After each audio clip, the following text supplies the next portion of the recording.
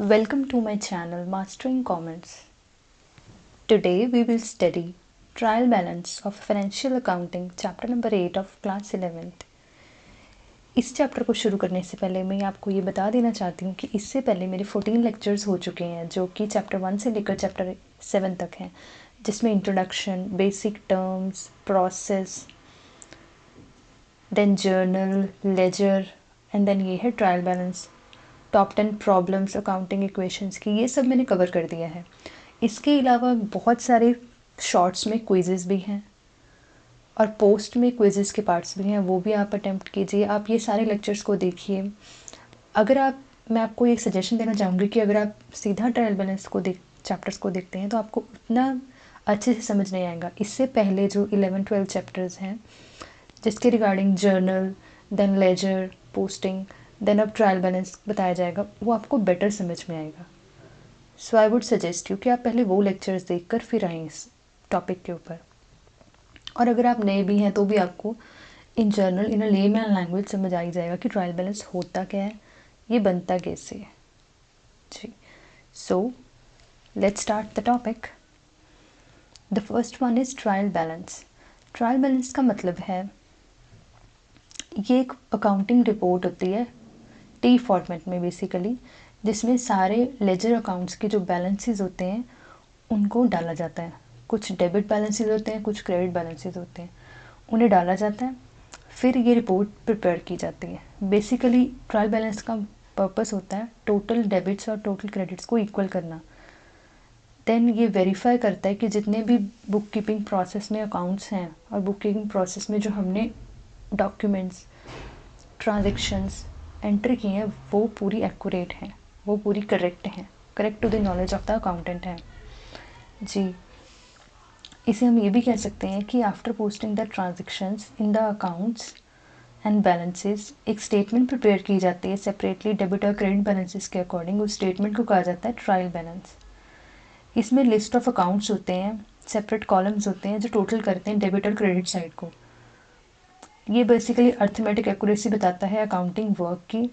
और अगर किसी भी साइड कोई एरर आ जाता है तो हम उसे सस्पेंड अकाउंट लिखकर शो कर सकते हैं, सो दैट हमारी अकाउंटिंग की जो स्टेटमेंट्स हैं, फाइनेंशियल स्टेटमेंट्स हैं, उन्हें एक डेट पर क्लोज किया जा सके और बताया जा सके कि क्या प्रॉफिट लॉस हुआ है। और बेसिकली जो वो सस्पेंस अकाउंट होता है उसे नोट्स टू अकाउंट्स में मेंशन कर दिया जाता है, सो दैट कि उसे इन फ्यूचर और after preparing that statement recheck किया जा सके जी। So the next slide is characteristics of trial balance. So basically the first one is listing of accounts. इसमें सारे अकाउंट्स होते हैं जो जर्नल से लेजर में पोस्ट किए होते हैं, देन लेजर से ये ट्रायल बैलेंस में आए होते हैं उनके balances. So next is 2 column. इसमें एक डेबिट कॉलम होता है, क्रेडिट कॉलम होता है। इसे पीरियडिकली प्रिपेयर किया जाता है, बेसिकली अकाउंटिंग पीरियड के एंड में प्रिपेयर किया जाता है। और फाइनेंशियल अकाउंटिंग पीरियड जो स्टार्ट होता है वो mostly 1 April 2000 something to 31 March 2000 something पर एंड हो जाता है। ये बेसिकली इंटरनली यूज़ किया जाता है अकाउंटेंट्स और मैनेजमेंट के द्वारा, सो दैट जो financial statements, profit and loss, trading account और बैलेंस शीट प्रिपेयर करनी है उससे हेल्प मिल सके, क्योंकि trial balance he trading account, profit and loss account और बैलेंस शीट को बनाने का सबसे मेन है। उन्हीं के बैलेंसेस को उठाकर ट्रायल बैलेंस के बैलेंसेस को उठाकर ही trading account, profit and loss account और बैलेंस शीट में डाला जाता है।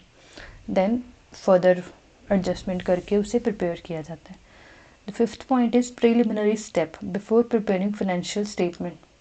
फाइनेंशियल स्टेटमेंट प्रिपेयर करने से पहले का यही प्रोसेस है, सबसे पहला यही स्टेप है। सो जो मैं लास्ट पॉइंट में भी बता चुकी हूँ आपको।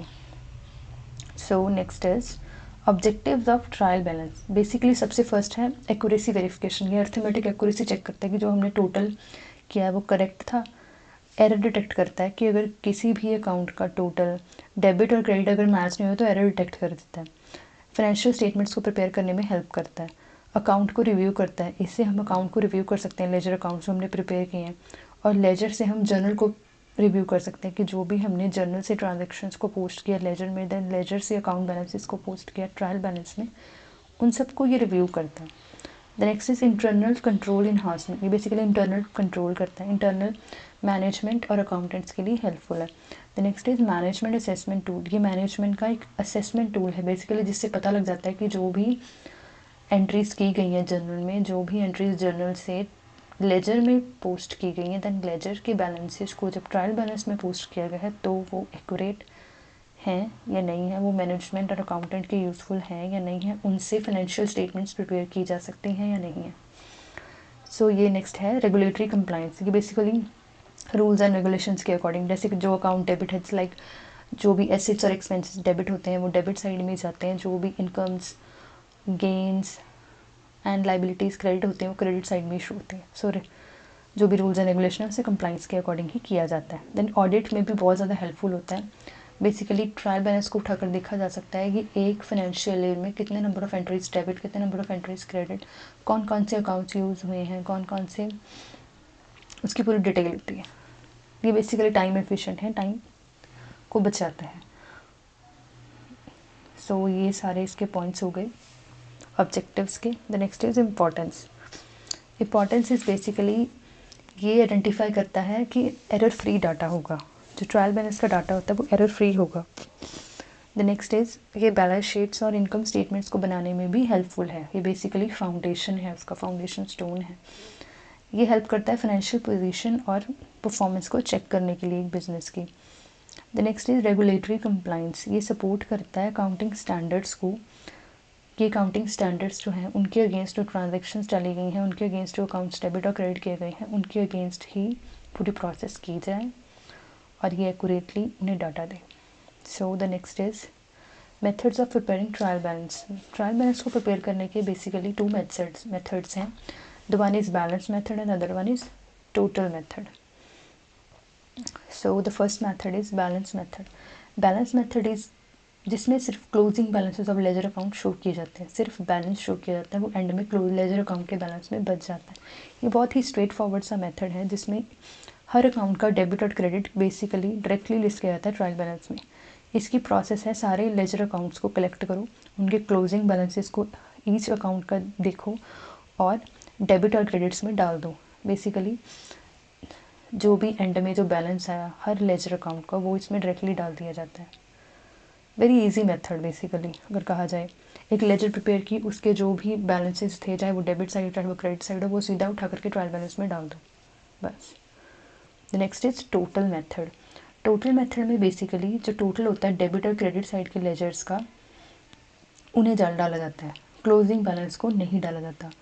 जो भी पूरे लेजर के बैलेंसेस बने हैं, total debit side, total credit, like furniture का टोटल कितना बना डेबिट का क्रेडिट का, कैपिटल का कितना बना डेबिट का क्रेडिट का, वेजेस का कितना बना डेबिट का क्रेडिट का, ये सारे बैलेंसेस को डालकर ट्रायल बैलेंस में फिर उसे एंड में डेबिट को क्रेडिट के साथ इक्वल किया जाता है टोटल बैलेंसेस को। तो बेसिकली टोटल मीन्स सारे लेजर अकाउंट्स का टोटल इसमें डाला जाता है, इसमें क्लोजिंग बैलेंसेस नहीं डाले जाते बस ट्रायल बैलेंस में।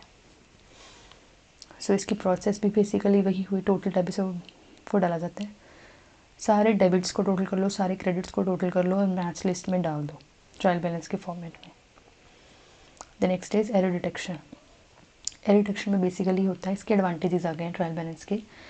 इसमें क्या होता है कि डेबिट साइड और क्रेडिट साइड्स को इक्वल करने के लिए एरर डिटेक्ट कर देता है कि कहाँ पर हमसे गलती हुई है। बेसिकली ये गलती पकड़ने में बड़ा माहिर है। देन इज सिंप्लीफाइंग रिपोर्टिंग, जो भी हमने रिपोर्ट्स प्रिपेयर करनी है, एनालिसिस करनी है, उसे ईजी कर देता है।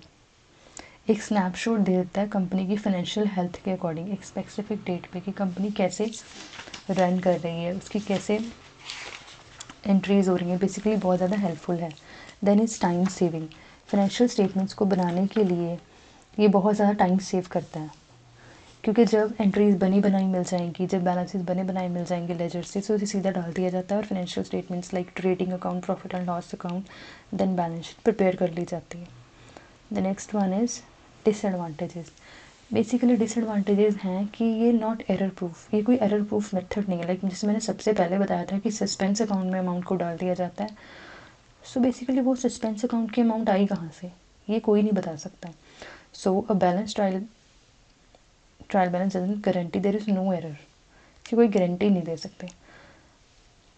ये हमें कोई डिटेल इन्फॉर्मेशन नहीं देता on the nature of errors, जो भी एरर्स होते हैं उसके रिगार्डिंग। पहले तो हमें एरर नहीं पता लग रहा, फिर हमें उसकी डिटेल नहीं पता लग रही कि इसकी डिटेल क्या है। और अगर मान लीजिए डेबिट और क्रेडिट इक्वल आ भी गया तो भी हम ये श्योरिटी नहीं दे सकते कि जो डाटा है वो करेक्ट है, कि बेसिकली बहुत सारे एरर्स हो जाते हैं, लाइक कंपनसेटिंग एरर, डेबिट में भी सेम क्रेडिट में भी same. Then is time consuming, ये बहुत ज़्यादा टाइम कंज्यूमिंग मेथड है, क्योंकि अगर हमें इस पॉइंट ऑफ व्यू से देखिए, पहले जर्नल प्रिपेयर करनी पड़ती है, देन उसके लेजर में पोस्टिंग करनी पड़ती है, देन लेजर के बाद ट्रायल बैलेंस प्रिपेयर किया जाता है। डायरेक्ट ऐसा कुछ नहीं कि एंट्रीज को सीधा ट्रायल बैलेंस में डाला और देन ओके, नो। और ये इतनी लंबी प्रोसेस है, इसके लिए मैन पावर भी चाहिए। इसके लिए अगर मैन पावर होगी तो उसकी सैलरीज वेजेस भी होंगी। सो बेसिकली इन्हें लार्ज ऑर्गेनाइजेशंस ही अफोर्ड कर पाते हैं। Okay, then next, this is all about this chapter. Please like share and subscribe to my channel Mastering Commerce. और बाकी जो वीडियोस हैं, इससे पहले 14 वीडियोस हैं, उन्हें ज़रूर देखिए, सो आपको एक फाइनेंशियल अकाउंटिंग के बारे में एक बेटर अंडरस्टैंडिंग हो सके। MCQs को ज़रूर अटैम्प्ट कीजिए, शॉर्ट्स के रिस्पॉन्स ज़रूर दीजिए, उनके आंसर्स दीजिए कमेंट सेक्शन में, और मुझे कमेंट सेक्शन में बताइए कि आप और किन सब्जेक्ट्स के ऊपर वीडियोस चाहते हैं।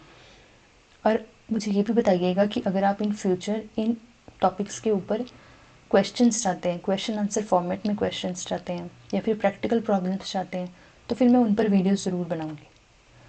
So this is all about this chapter. और मैं इसके बाद एक रिवीजन लेक्चर लेकर आ रही हूँ, जो अब से लेकर हमने स्टार्टिंग से लेकर ट्रायल बैलेंस तक पढ़ा है, उसे प्लीज़ ज़रूर वॉच कीजिएगा। Thank you so much. Thank you so much for giving your precious time to watch this video. Thank you.